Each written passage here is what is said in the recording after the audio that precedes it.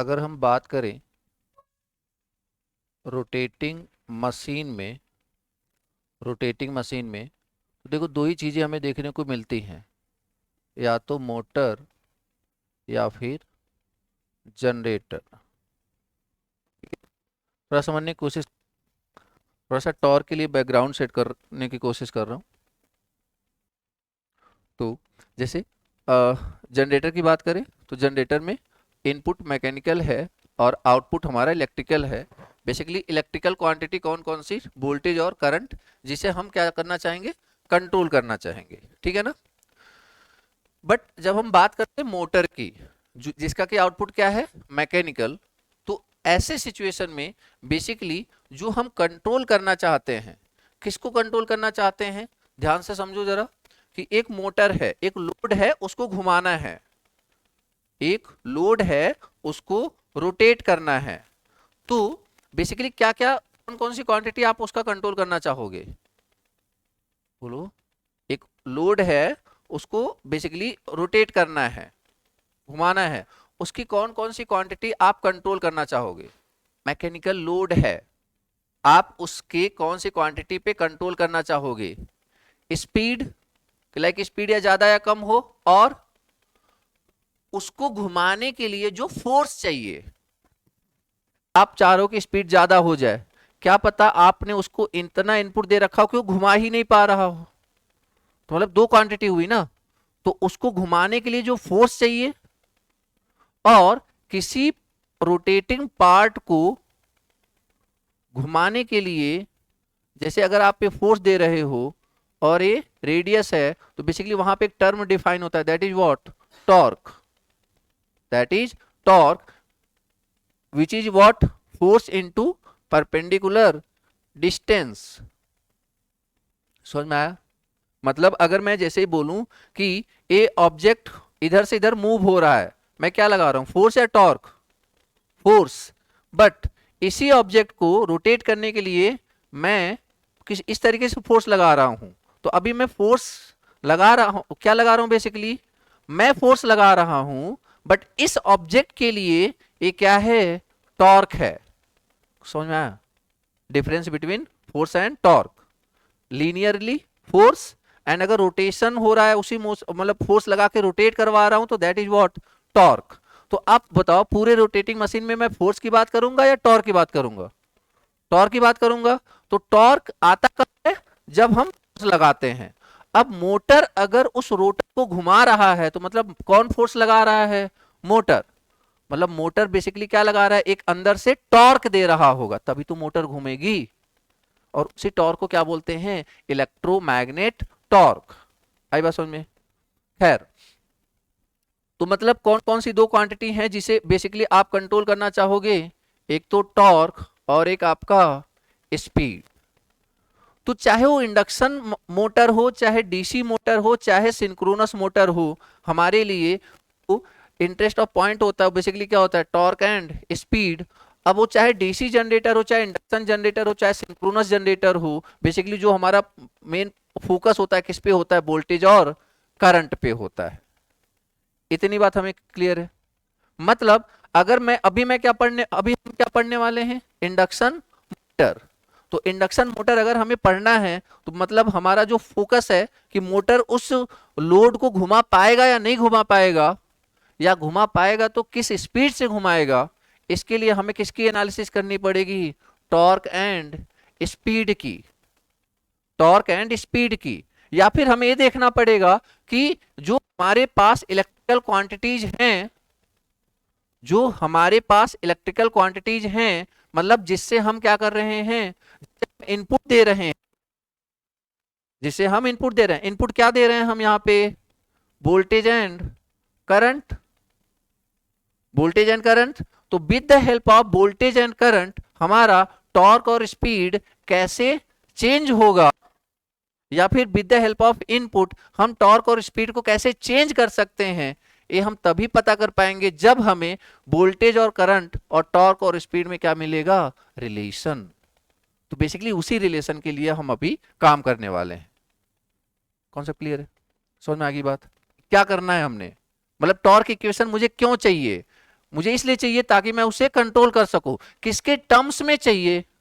जो हम input quantities दे रहे हैं, सप्लाई वोल्टेज और सप्लाई करंट, इनके टर्म्स में चाहिए, ताकि हमें पता तो चले कि अगर मुझे टॉर्क ज्यादा चाहिए तो मैं इनपुट में कौन सी क्वांटिटी चेंज करूंगा, यस या नो।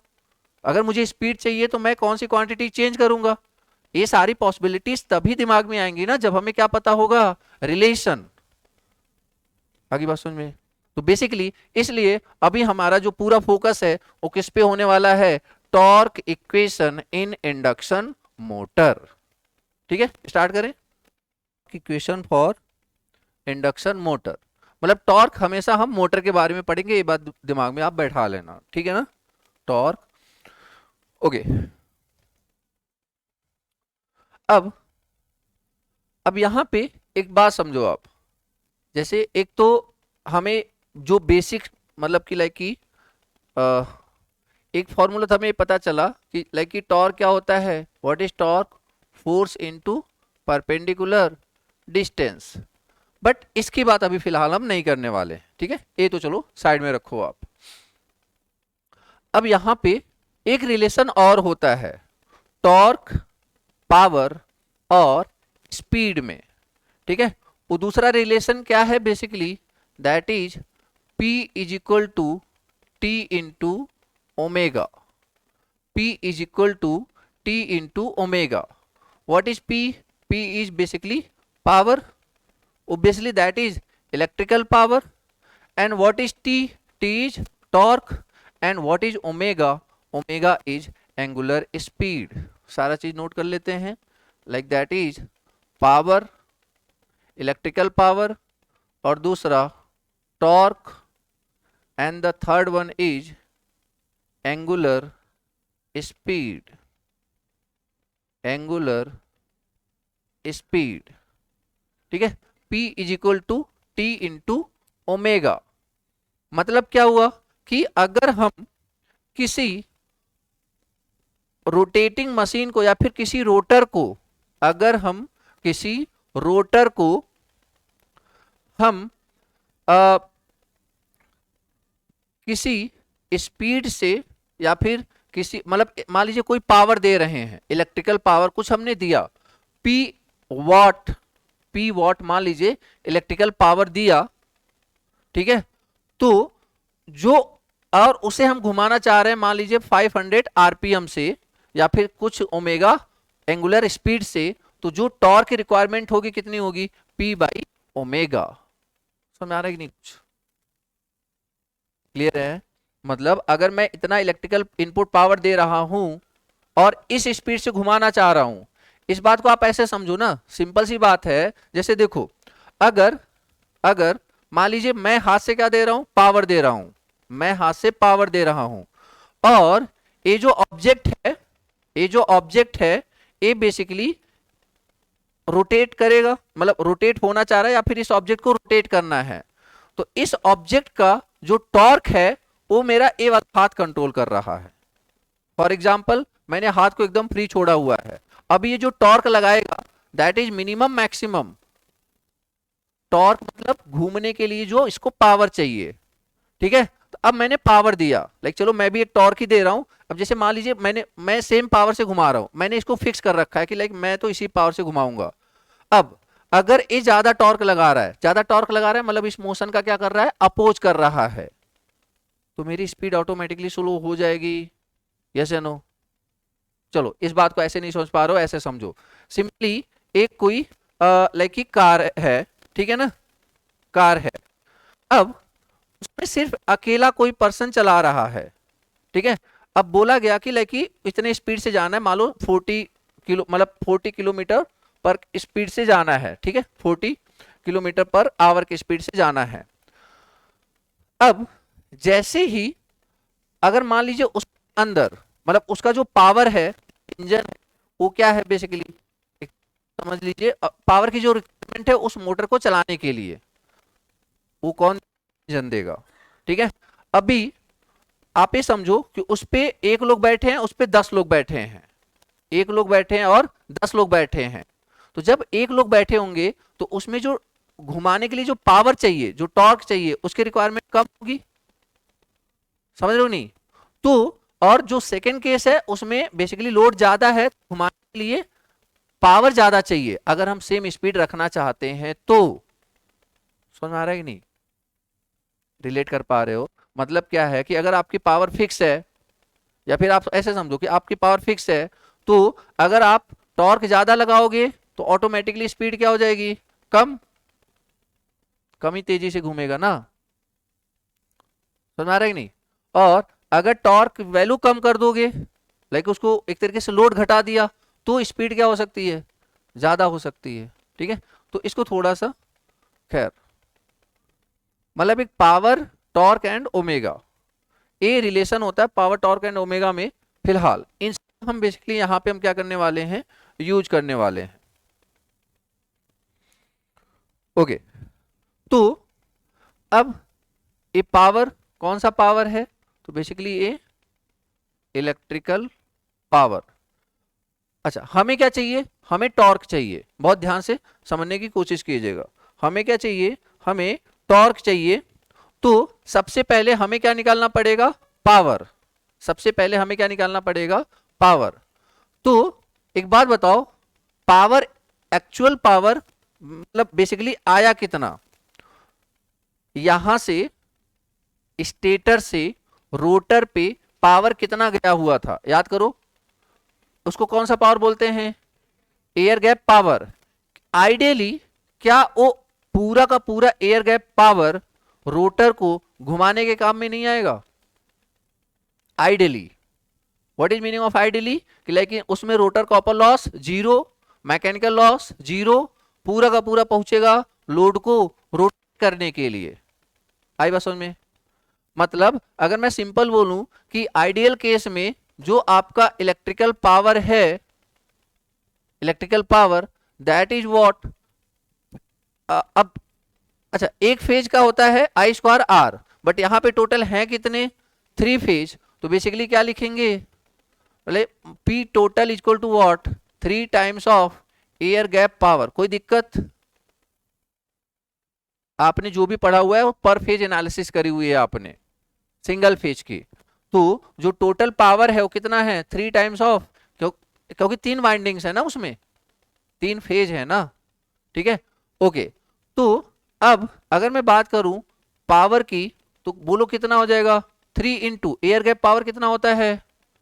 आई टू आर का whole square into R two by S. कोई दिक्कत? फिर से समझो, मुझे क्या चाहिए? टॉर्क। और मुझे इलेक्ट्रिकल पावर गिवन है, आइडियली गिवन है कितना? 3 times of air gap power, that is basically what? 3 into I two का whole square into R two by S. ठीक है, ओके। अब इसी पावर को अगर मैं ऐसे लिख सकता हूं, 3 इंटू आई टू आर का whole square, 3 into I two R का whole square into R two by S. हर एक स्टेप को समझने की कोशिश करना, ताकि कल को अगर आप फॉर्मूला भूल भी जाओ तो ऑन द स्पॉट डिराइव कर सको। ठीक है ना? 3 into I two square into R two by S. अब एक बात बताओ, अगर आपको याद हो तो आई टू आर होता क्या था? आई टू आर होता क्या था? डिवाइड बाई, याद आया क्या? बोलो यार। E two R divide by Z two R. तो और अगर हम बात करें, इसी ई टू आर को हमने क्या लिख दिया था? S into E two zero divide by Z two R. यहां तक किसी को कोई दिक्कत है क्या? देखो ना, आई करंट बेसिकली क्या होता है? Voltage upon impedance. तो E two R equal to what? S into E two zero divide by Z two R, divide by Z two R. And what is the value of Z two R? याद है? Z two are basically क्या होता है? Are to, अगर magnitude की बात करें तो आर टू का whole square plus S X two zero का होल स्क्वायर। ये सारी बातें हमने ऑलरेडी कर रखी हैं। कोई दिक्कत यहां तक? ठीक है, ओके, तो अब मैं यहां पे क्या करता हूं, सिंपली आई टू आर की होल स्क्वायर की वैल्यू रखता हूं, आई टू आर की होल स्क्वायर। तो पहले आई टू आर की वैल्यू रखते हैं। आई टू आर क्या हो जाएगा, S into E two zero divide by under root R two square plus S X two zero का whole square into R two by S. पहले एक बात बताओ, इतनी बात क्लियर है क्या हमें? मैंने क्या किया, मैंने सिंपली इस करंट की जगह, इस आई टू आर की जगह मैंने क्या रखा, E two R divide by Z two R. Yes या नो? ठीक है यार, इस करंट की जगह मैंने क्या रखा है, S E two zero divide by under root R two square plus S X two zero का whole square into R two by S. Done. साथ साथ में, क्योंकि बहुत डिफिकल्ट टास्क तो है नहीं, कुछ समझने वाला, तो लाइक साथ साथ आप चलते चलो ना, लिखते चलो, ठीक है, कोई एक्स्ट्रा है नहीं कुछ बर्डन। जब समझने वाला पॉइंट होगा तो मैं बोल दूंगा कि समझ लो आप। ओके, अब इसको जरा सिंप्लीफाई करें, इसको जरा सिंप्लीफाई करें, तो देखो जरा क्या हो जाएगा, थ्री इंटू यहां पे क्या हो जाएगा, S square into E two zero का whole square divide by R two का whole square plus X two zero का होल स्क्वायर। ठीक है, क्योंकि अंडर रूट था, स्क्वायर किया तो गायब हो गया, into R two by S, into R two by yes.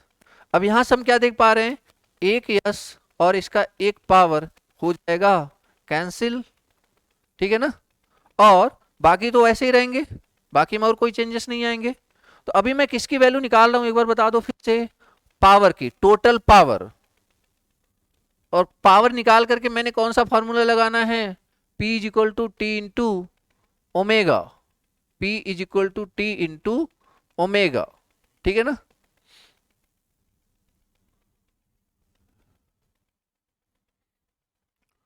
P is equal to basically कितना आ चुका है, बोलो जरा, 3 into S E two zero का whole square R two square plus X two zero का whole square into R two, ठीक है ना, इतना ही है, into R two. Done. Okay, अब ये वैल्यू है पावर की, और हमें पता है पावर इक्वल टू क्या होता है, टी इंटू ओमेगा। तो मतलब टॉर्क इक्वल टू क्या हो जाएगा, पावर अपॉन ओमेगा। चलो मैं इसको टोटल लिखता हूं, पावर अपॉन ओमेगा। तो अब ये जो पावर की वैल्यू है एग्जैक्टली पूरा यहाँ पे तो एक बात बताओ, इसी में सिर्फ किससे डिवाइड हो जाएगा, ओमेगा से। ये जो एक्सप्रेशन है उसी में सिर्फ किससे डिवाइड कर देना मैंने, ओमेगा से, और मुझे किसका इक्वेशन मिल जाएगा, टॉर्क का। तो बेसिकली क्या हो जाएगा, 3/ओमेगा, 3/ओमेगा S into E two zero का whole square R two square plus S X two zero का whole square into R two, ठीक है। तो फाइनली अब देखो, यहां पे एक तो ये हो गया टॉर्क, और ये जो ओमेगा है ना, बेसिकली ये ओमेगा कौन सा ओमेगा है, तो this is synchronous angular speed. क्यों, अभी आगे बात करेंगे, फिलहाल आप ये समझो कि कौन सा ओमेगा है, omega S. And omega S क्या होता है, बोलो, what is omega S, 2 pi N S upon 60। Omega S क्या होता है, 2 पाई एन एस अपॉन 60। तो यहां पे ध्यान से देखो, टॉर्क की वैल्यू क्या आ जाएगी, 3/2 pi NS divide by 60 into S E two zero का whole square divide by R two square X two zero का whole square into R two, into R two, ठीक है। यहां तक कोई दिक्कत है यार? क्लियर है? ओके। अब इसको सिंप्लीफाई करते हैं, इधर का इरेज कर दे रहा हूं। अब इसको फाइनली सिंप्लीफाई करते हैं, और जो मेन एक्सप्रेशन हमें हमेशा याद होना चाहिए वो क्या है उसको समझते हैं, मतलब फाइनल एक्सप्रेशन।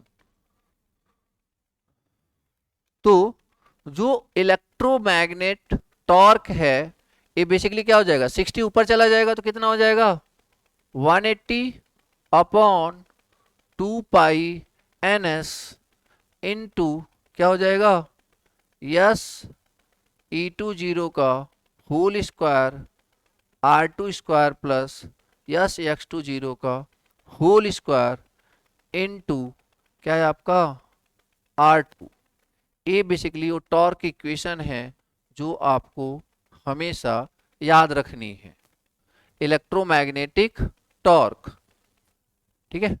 अच्छा, यहीं पे एक एक्सप्रेशन और लिख लेंगे, क्या, जैसे अगर आप ध्यान दो,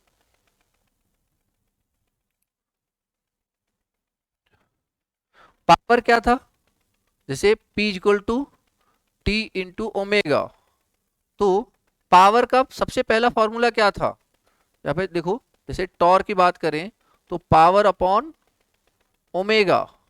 अब एक बात बताओ, पावर का सबसे पहला फॉर्मूला क्या था, कौन सा power, 3 times of air gap power, 3 times of air gap power.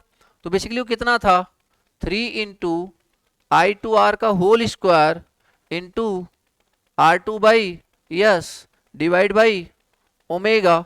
मतलब एक दूसरा फॉर्मूला जो आपको याद रखना है वो बेसिकली क्या है कि torque is electromagnetic torque is equal to 3 upon omega S into I two R का whole square into R two by S. बस ये दो फॉर्मूले आपको दिमाग में रखने हैं। ठीक है, तो बेसिकली दो फॉर्मूले हैं, क्या क्या, 180 upon 2 pi N S into S E two zero का whole square divide by R two square plus S X two zero का whole square into R two. ठीक है, आगे चल के हम इसको भी रिकॉल करेंगे, 3 upon omega S I two R का whole square into R two by S. ठीक है, मतलब अभी तक के डेरिवेशन में अगर दो फॉर्मूले जो आपको डायरेक्टली याद होने चाहिए, दो क्या तीन, एक तो ये याद होना चाहिए P equal to T omega, basic है, और दूसरा ए एंड तीसरा ए। ठीक है, ये तीन फॉर्मूले आपको आपके टिप्स पे होने चाहिए। अभी सडनली नहीं होगा, बट इतनी बार हम रिकॉल करेंगे कि ऑटोमेटिकली हो जाने वाला है।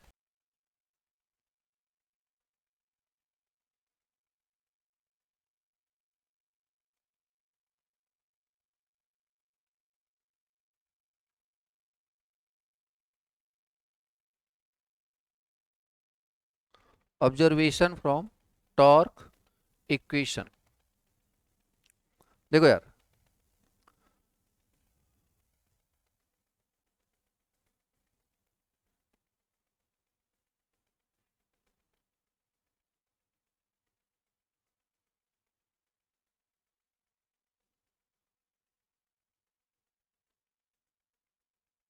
ठीक है, जहां से बेसिकली क्वेश्चंस पूछे जाएंगे आपसे। सबसे पहले अगर आप ध्यान दो तो जो इलेक्ट्रोमैग्नेटिक टॉर्क है, अगर मैं यहां पे इस एक्सप्रेशन को देख करके आपसे पूछूं कि बताओ इलेक्ट्रोमैग्नेटिक टॉर्क किस पे डिपेंड करता है, तो आप क्या क्या बोलोगे,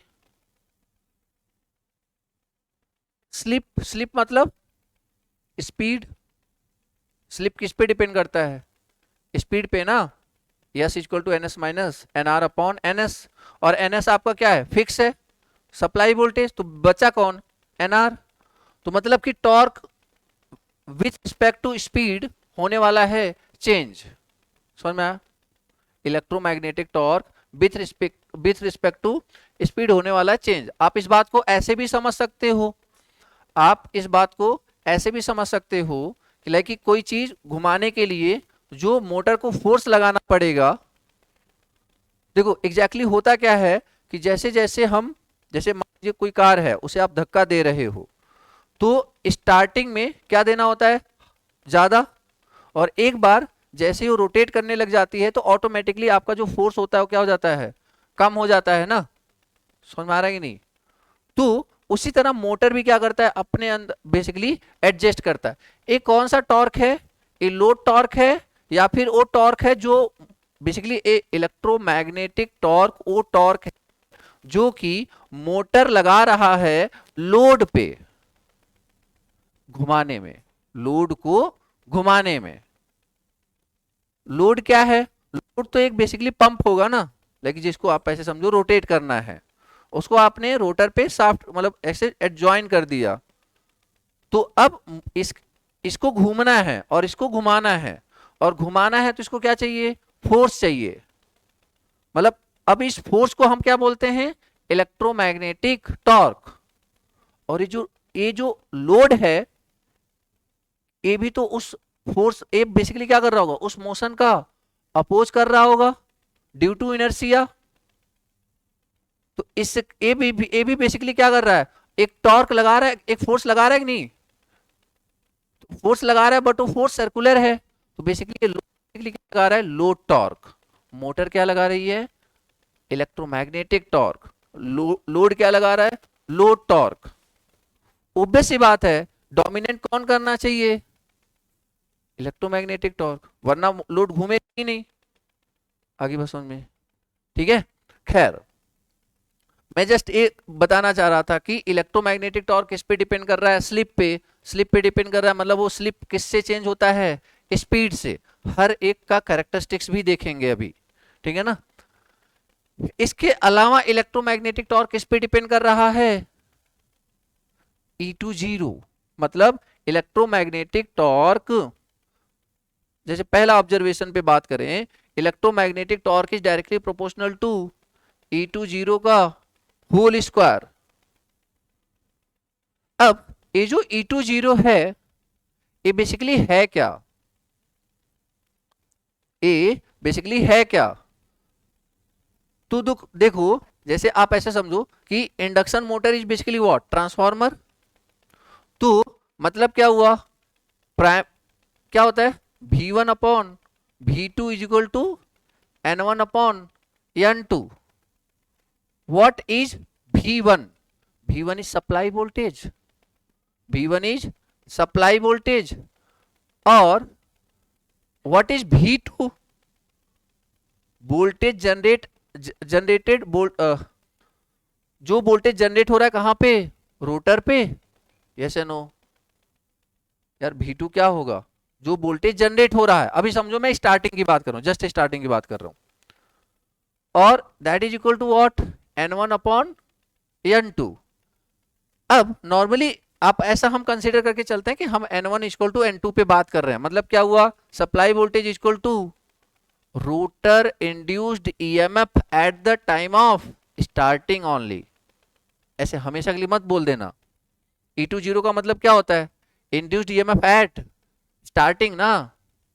तो मतलब क्या हुआ, मैं VS, या फिर यहां पे अगर मैं बोलूं कि E20 क्या होगा, तो E20 equal to what, N2 upon N1 into supply voltage. बोलो हाँ या ना, E20 equal to N2 upon N1 into supply voltage. मैं जस्ट ये कंक्लूड करना चाह रहा हूं कि जो इलेक्ट्रोमैग्नेटिक टॉर्क है वो किस पे डिपेंड कर रहा है, E20 पे। और E20 जो है वो किस पे डिपेंड कर रहा है, सप्लाई वोल्टेज पे। मतलब जो मोटर का इलेक्ट्रोमैग्नेटिक टॉर्क है वो डायरेक्टली किस पे डिपेंडेंट है, सप्लाई वोल्टेज पे। और कैसा रिलेशन है, स्क्वायर के डायरेक्टली प्रोपोर्शनल का। डायरेक्ट क्वेश्चन होता है ये कि torque is directly proportional to option A, sorry, supply voltage of square root of supply voltage, या फिर स्क्वायर ऑफ सप्लाई वोल्टेज। तो चीजें यहीं से आती हैं। आई बात समझ में। तो जो इलेक्ट्रोमैग्नेटिक टॉर्क है वो किसके डायरेक्टली प्रोपोर्शनल है, सप्लाई वोल्टेज। मतलब सप्लाई वोल्टेज का स्क्वायर, ठीक है, सप्लाई वोल्टेज का स्क्वायर।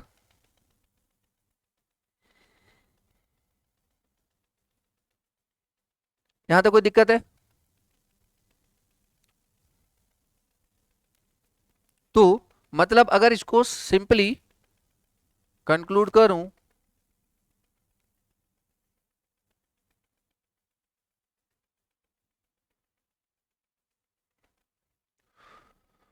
तो क्या लिख सकता हूं मैं एक सिंपल सी लाइन में, torque is directly proportional to supply voltage का स्क्वायर।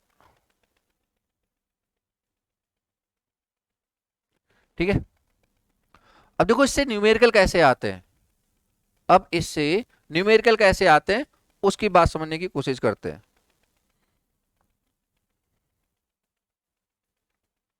ये पहला ऑब्जर्वेशन चल रहा है, ठीक है ना।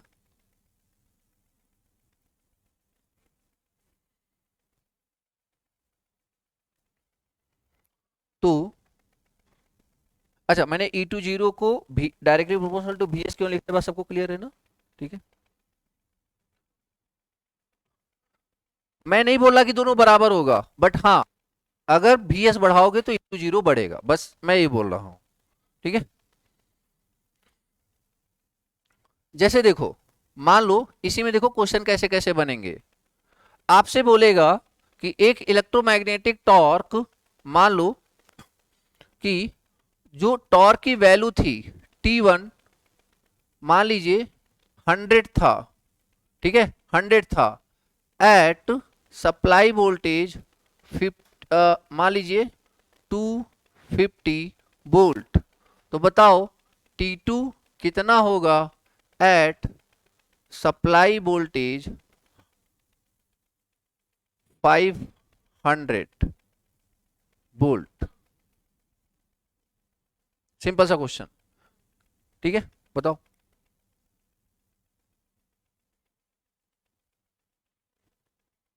अच्छा, टॉर्क की यूनिट क्या होती है? Newton metre. टॉर्क क्या था? फोर्स इनटू परपेंडिकुलर डिस्टेंस ना, तो फोर्स का क्या होता है? न्यूटन, और डिस्टेंस का क्या है? मीटर, तो न्यूटन मीटर। ठीक है, तो कितना आ जाएगा? तो देखो यार, सिंपल सी बात है, अगर T1, अब यहां से देखें तो क्या बोल सकते हैं, अगर T is directly proportional to V square, T is directly proportional to V square, मतलब T1 upon T2 is equal to what? V1 upon V2 का होल स्क्वायर। तो यहाँ पे 100 डिवाइड बाई T2 पूछा गया है, V1 की वैल्यू कितनी है? 250, 500 का होल स्क्वायर 1/2, तो लाइक कितना हो गया? 1/4। And what is T2? That is 400। यही आ रहा है, ठीक है ना। ये पहला तरीका हो गया, पहले टाइप का क्वेश्चन ऐसे आएगा आपसे कि लाइक कि अब इसी में से कुछ भी कर सकता था, दो टॉर्क दे देता, एक सप्लाई वोल्टेज दे देता, दूसरा सप्लाई वोल्टेज पूछ लेता। तो हम तो यही एक ही एक्सप्रेशन लगाएंगे बार बार, कौन सा? T1 T2 upon equal to V1 by V2 का होल स्क्वायर। ठीक है, या फिर दूसरे तरीके से क्वेश्चन देखो कैसे, मतलब इसी क्वेश्चन को कैसे पूछ सकता है कि अगर मैं सप्लाई वोल्टेज, मान लीजिए ए हो गया, बी टाइप का क्वेश्चन कि अगर मैं सप्लाई वोल्टेज को 2 टाइम्स इंक्रीज कर रहा हूं, 2 टाइम्स इंक्रीज कर रहा हूं, तो बताओ इलेक्ट्रोमैग्नेटिक टॉर्क कितने टाइम क्या होगा? पहले बताओ, इंक्रीज होगा डिक्रीज होगा? Torque is directly proportional to voltage का स्क्वायर, तो मतलब इंक्रीज होगा। तो कितने टाइम इंक्रीज होगा? 4 टाइम्स इंक्रीज हो जाएगा। ठीक है, तो इलेक्ट्रोमैग्नेटिक टॉर्क इंक्रीजेस 4 टाइम्स। ठीक है ना, इलेक्ट्रोमैग्नेटिक टॉर्क इंक्रीजेस 4 टाइम्स। अगर सप्लाई वोल्टेज को दो, ये बस सब लोग समझ रहे हो ना? लेकिन यहाँ पे 2 का स्क्वायर करोगे तो कितना हो जाएगा 4। अगर यहीं पे मैं आपसे ऐसे पूछूं कि सप्लाई वोल्टेज को क्या कर दिया गया, हाफ कर दिया गया, तो बताओ टॉर्क इंक्रीज होगा डिक्रीज होगा, पहले तो ये डिसाइड कर लो। सप्लाई वोल्टेज को हाफ कर दिया गया तो बताओ टॉर्क, अगर अब सप्लाई वोल्टेज को हाफ कर दिया तो टॉर्क क्या होगा, इंक्रीज या डिक्रीज? डिक्रीज। कितने टाइम? 1/4 टाइम्स, क्योंकि यहां पे भी की वैल्यू क्या रख देंगे 1/2, और 1/2 का स्क्वायर क्या हो जाएगा 1/4। आई बात समझ में? ये दूसरे पैटर्न का क्वेश्चन हो सकता है, लेकिन ऐसा मत समझो कि जो हमेशा इंक्रीज ही करेंगे, डिक्रीज भी तो कर सकते हैं, बट ये रिलेशन तो हमेशा वैलिड है। अगर वोल्टेज मतलब जो इंक्रीमेंट कर रहे हैं वो लाइक कि 1 से ज्यादा है तो इंक्रीज करेगा, और डिक्रीमेंट कर रहे हैं तो 1 से कम होएगा वो आपका डिक्रीज करेगा। ठीक है, खैर, तो 2 पैटर्न के क्वेश्चन हुए। कॉन्सेप्ट क्या चल रहा, यही वाला। ठीक है, अब तीसरा पैटर्न का क्वेश्चन देखो क्या बनेगा यहां से, थर्ड पैटर्न का क्वेश्चन।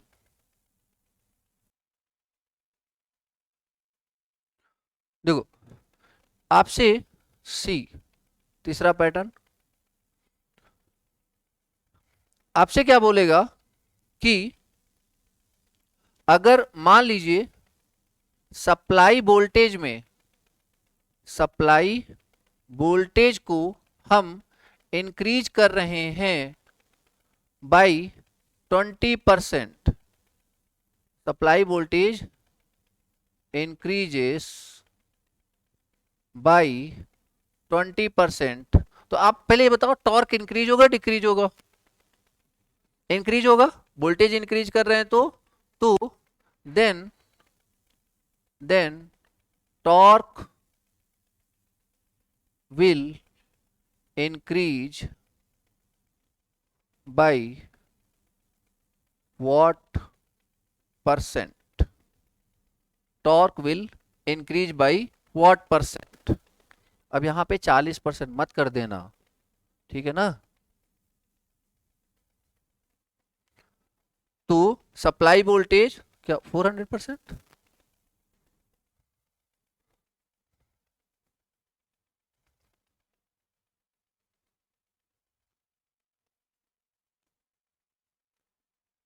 क्वेश्चन समझ में आया नहीं? तीन पैटर्न, तीसरा पैटर्न है ये, सप्लाई वोल्टेज को हम 20% से इंक्रीज कर रहे हैं, then torque will increase by what percent?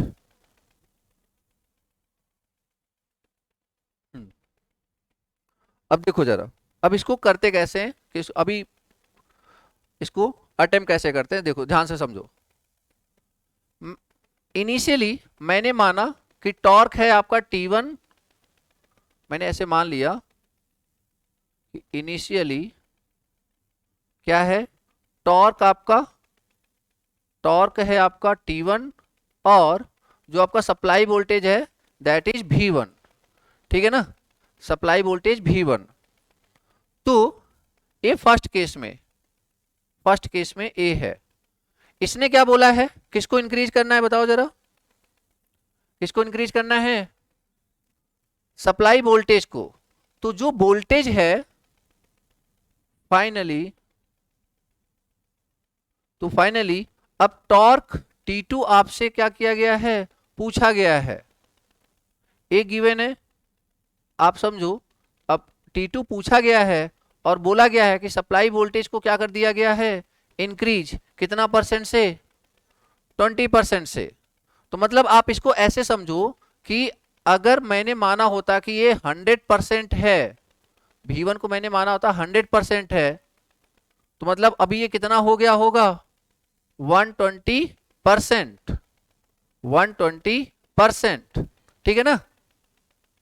और अगर मैंने इसको माना है V1, तो इसका मतलब V2 कितना हो जाएगा 1.2 टाइम्स ऑफ V1। पहले इस बात को आप अच्छे से समझो, ऐसे नहीं समझ में आ रहा है? ये समझ में आ रहा है कि अगर V1 100% है तो V2 कितना हो जाएगा 120%? 100 से डिवाइड कर दो, तो 100 से डिवाइड करोगे कितना आ जाएगा 1, और ये कितना आ जाएगा 1.2 V1। आई बात समझ में? मतलब जो आपका टॉर्क है अब हमें पता है torque is directly proportional to what, v square, मतलब T2 is directly proportional to V2 का होल स्क्वायर, यस या नो। एंड जो V2 है वो बेसिकली कितना है, 1.2 टाइम्स ऑफ V1, ठीक है ना, 1.2 टाइम्स ऑफ V1 का होल स्क्वायर।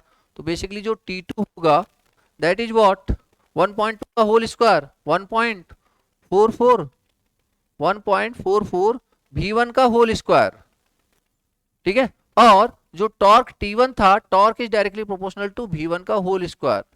तो मतलब अगर आप ध्यान दो, अगर आप ध्यान दो तो क्या मैं इस T2 की जगह, इस T2 की जगह बेसिकली मैं क्या कर सकता हूं, 1.44 टाइम्स ऑफ T1।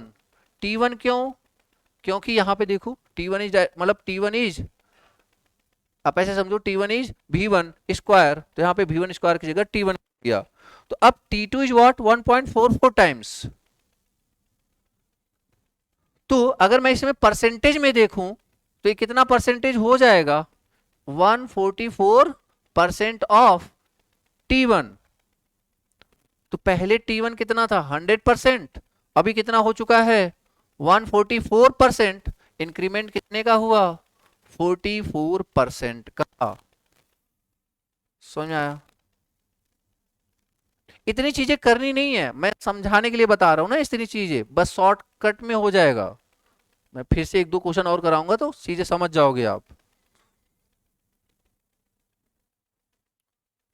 तो मतलब व्हाट इज द आंसर, बोलो, 44%, 44%। समझ में आया? चलो फिर से और ट्राई करते हैं, क्योंकि ये जो कॉन्सेप्ट है ना और भी जगह यूज होने वाला है। फॉर एग्जाम्पल मैंने बोला कि current is increases by 20%, current is increases by 20%, then what is the percentage increment in power, answer is 44%। क्यों, power is directly proportional to I square. तो यार जब यहाँ पे रिलेशन है, वही सेम रिलेशन है, यहाँ पे काम कर रहा है वहां भी तो काम करेगा ना। समझ में आया नहीं? अभी लास्ट में क्वेश्चन करा रहे थे JPYQ, तो उसमें भी सेम टाइप का ही क्वेश्चन एक आया था, उसमें 20% नहीं था, उसमें 2% था, अगर वो क्लास किसी ने लगाई हो तो। खैर,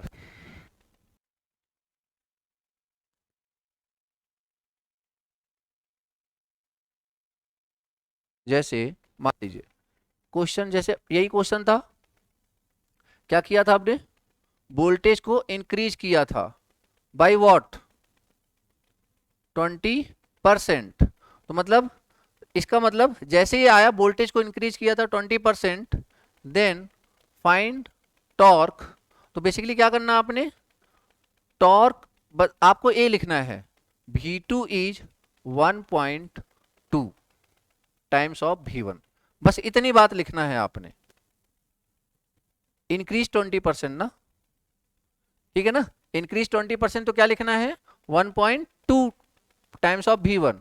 एंड जो T2 है that is directly proportional to V2 square and 1.2 of V1 का होल स्क्वायर, लेके कितना हो जाएगा, 1.44 ऑफ V1 स्क्वायर। तो यहीं से बस देख के बता दो कि 1 के बाद जितना भी आ रहा है उतना परसेंट इंक्रीमेंट होगा। तो answer is what, 44%।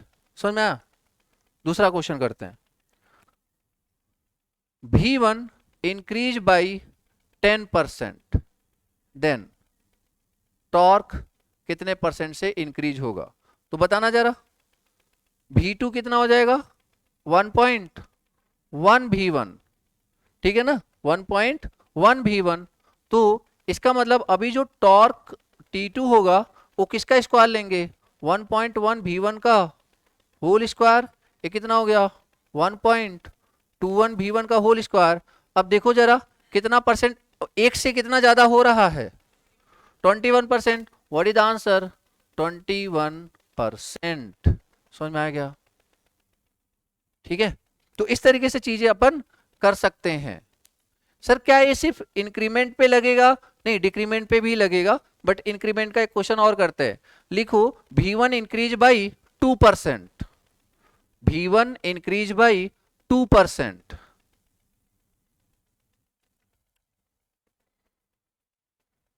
V1 increase by 2%। तीसरा क्वेश्चन,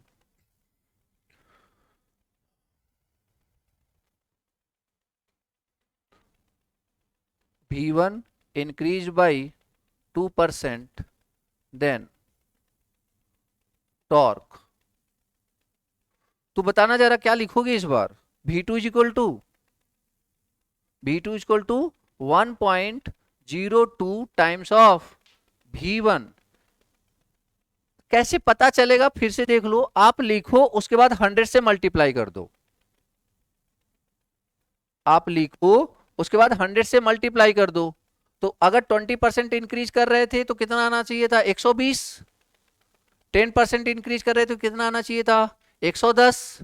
2% इंक्रीज कर रहे थे तो कितना आना चाहिए, 102 ना। तो 1.02 में जब 100 से मल्टीप्लाई करोगे कितना आएगा, 102। अब यहां पे जो टॉर्क है that is directly proportional to 1.02 times of V1 का होल स्क्वायर।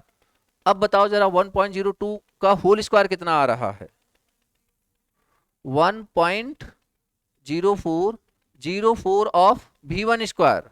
अब देखो इसको नेग्लेक्ट कर दो, इस वाले को नेग्लेक्ट कर दो। अब इसमें आप 100 से मल्टीप्लाई करो, बताओ 1 के बाद कितना एक्स्ट्रा ऐड हो रहा है, बोलो 4%। 100 से मल्टीप्लाई कर लो ना, 100 से मल्टीप्लाई, जैसे देखो 21 था, 0.21 था, तो 100 से मल्टीप्लाई किया तो कितना आया, 21। 1 के बाद कितना एक्स्ट्रा है, 0.4, 100 से मल्टीप्लाई किया तो कितना आया, 4%। That is the answer. और यही जेई का क्वेश्चन था, वो करंट के फॉर्म में था कि करंट इंक्रीमेंट किया था 2%, तो बताओ पावर में इंक्रीमेंट कितना होगा, तो आंसर इज 4%। समझ में आया।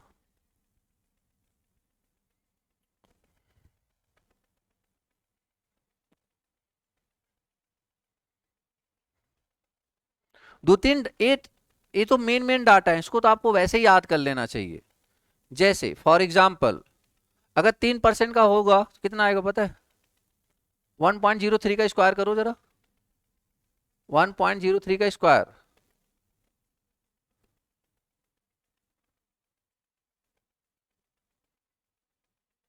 0.6, मतलब 6% इंक्रीमेंट होगा। इसको आप डायरेक्ट एज ए रिजल्ट लिख लो ना, ताकि अगली बार आए तो डायरेक्ट याद रहे आपको, ठीक है।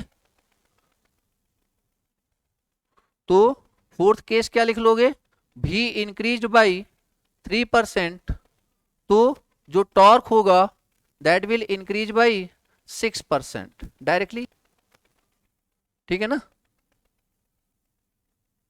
तो याद ही हो गया होगा। लाइक अगर बोल दो एक बार, अगर 20% से इंक्रीज करेंगे तो कितना परसेंट से इंक्रीज होगा, 44। 10% से 21%, 2% से 4%, और 3% से 6%। अच्छा, कोई सिमिलरिटी मत देखने लगना, करना पड़ेगा सॉल्व प्रॉपर, ठीक है ना। सिमिलरिटी का मतलब क्या है कि हमने रटा होता है कि 2% के लिए आंसर की में दिया था 4%, तो 3% है तो मतलब उसका स्क्वायर तो 9%। ये सब काम मत करना, ठीक है ना। प्रॉपर सॉल्व करके जो आए उसको आंसर देना है अपने। तो इंक्रीमेंट के कॉन्सेप्ट क्लियर है। अब डिक्रीमेंट पे बात करते हैं।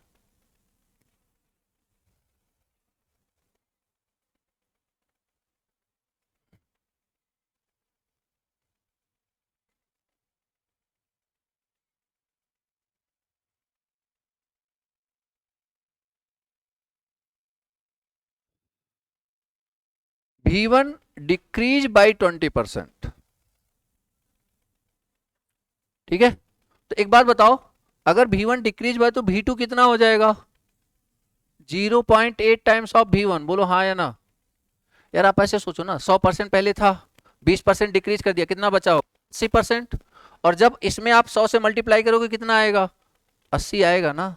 तो मतलब कितना बचा, 0.8 V1। अब इसका स्क्वायर कर दो, कितना आ जाएगा, T2 is what, directly proportional to what, 0.8 V1 का whole square that is what 0.64 V1।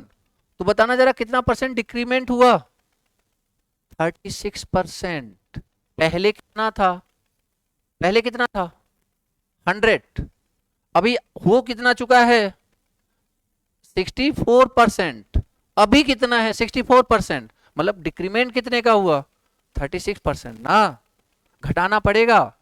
उसमें 1 के बाद जितना होता था सब वही आंसर हो जाना था, बट इसमें क्या करना पड़ेगा, आपको सब्ट्रैक्ट करना पड़ेगा। इस बात का ध्यान रखना आप, ये नहीं कि डायरेक्टली आया बस 100 से मल्टीप्लाई किया 64 इज द आंसर, नहीं। आ रही बात समझ में? तो यहाँ पे 64% अभी है, मतलब आप ऐसे सोचो ना, 100 रुपए आपके पास थे, 64 अभी है, तो घटा कितना, कितना डिक्रीमेंट हुआ 36% ना, समझा? ठीक है, तो basically percentage decrement is what 36%, not 64%। याद रखना, 100 में से घटा के तब लिखना।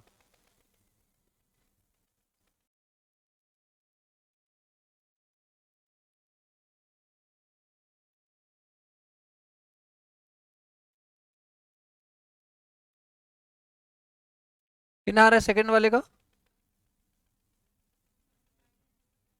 90 आ रहा है, अच्छा सॉरी 80, मतलब 0.9 का स्क्वायर कर रहा होगा तो 81 आएगा, तो 100 माइनस 81 दैट इज 19%। तीसरे वाले का 4%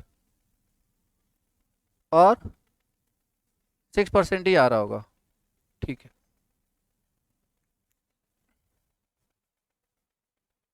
बाकी कैलकुलेशन वाला पार्ट तो आपको क्लियर ही है, ठीक है।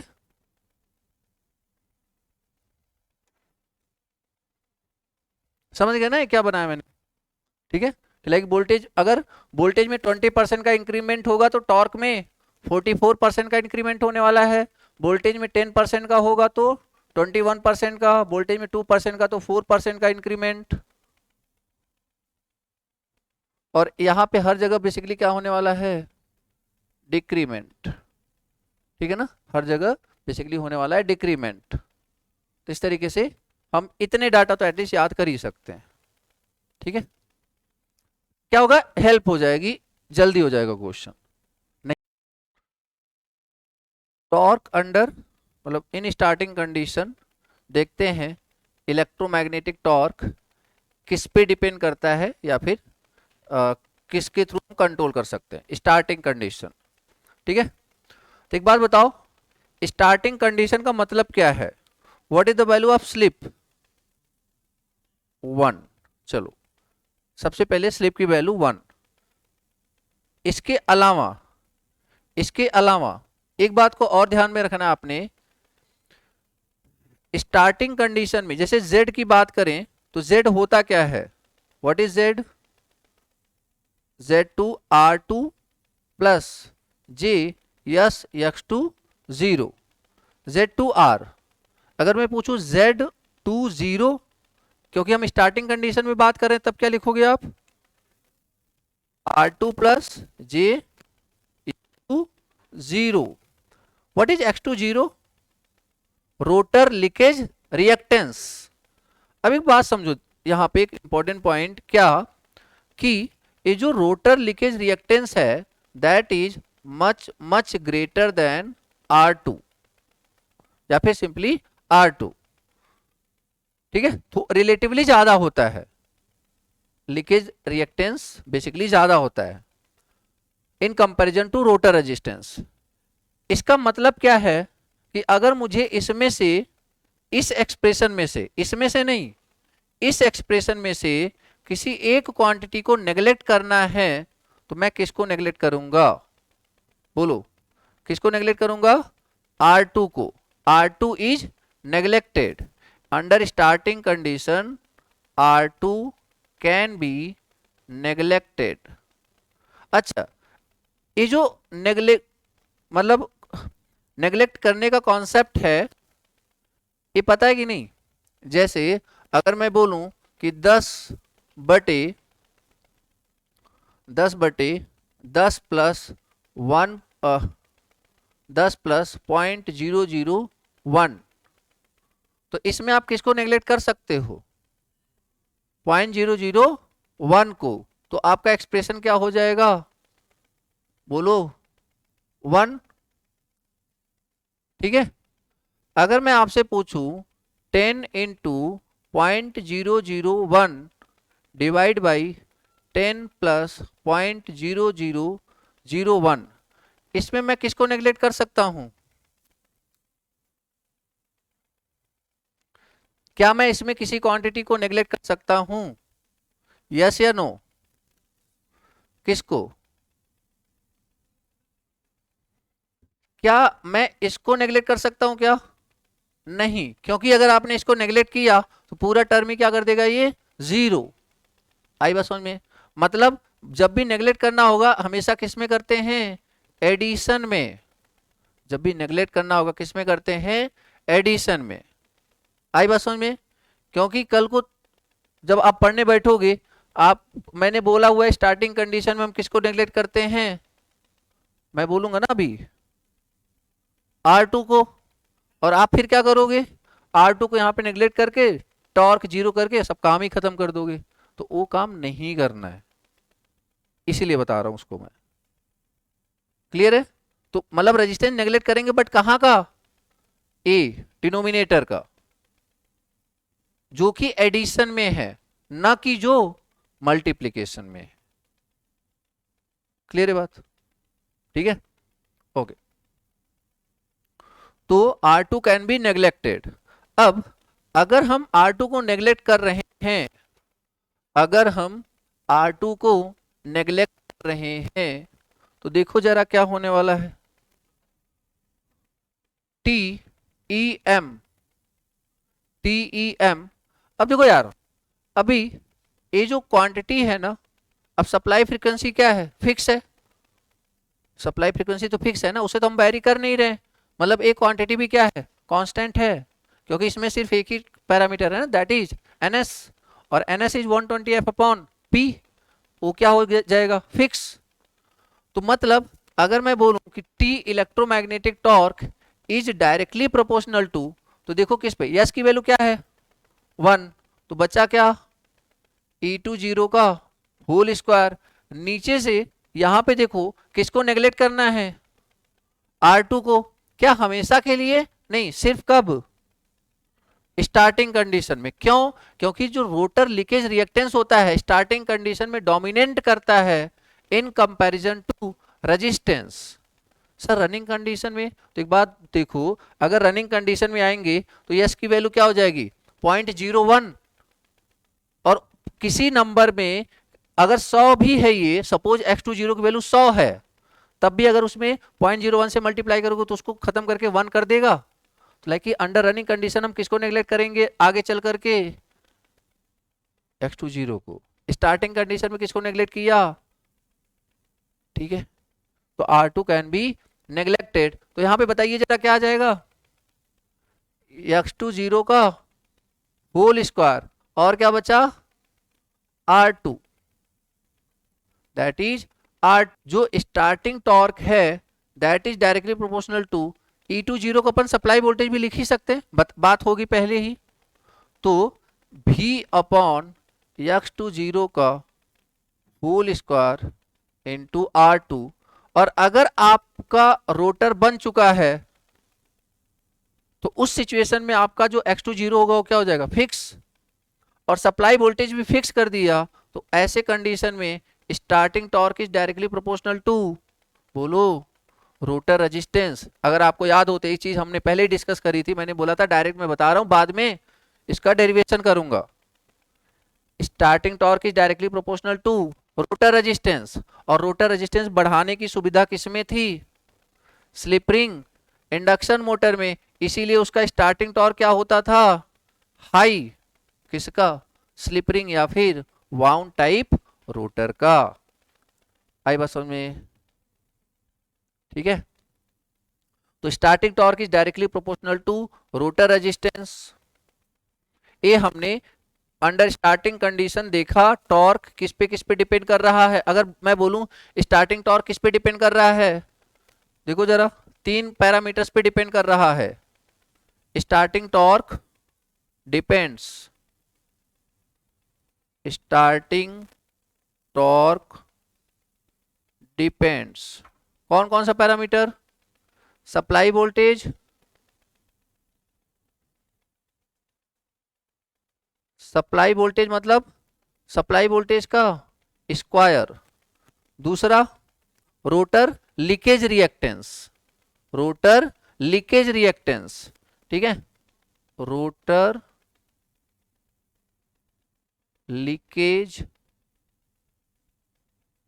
Reactance, that is what, x2 0, that is x2 0, ये vs और ये x2 0। और तीसरा क्या, rotor resistance, rotor resistance, that is what R2। तो vs तो like directly proportional to vs का square, inversely proportional to x2 0 का whole square, and directly proportional to rotor resistance. समझ पा रहे हो कि नहीं?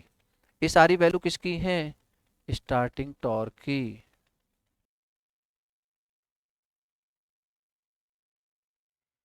ठीक है यार, यहां तक किसी को कोई दिक्कत है?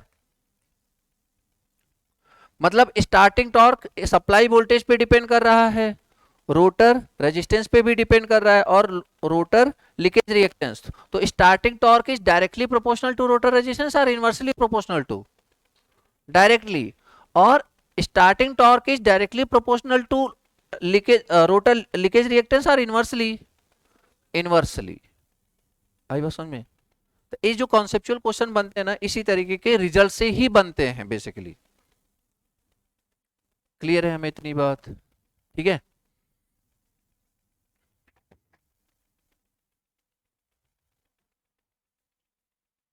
तो अभी हमने सिर्फ दो ऑब्जर्वेशन किए।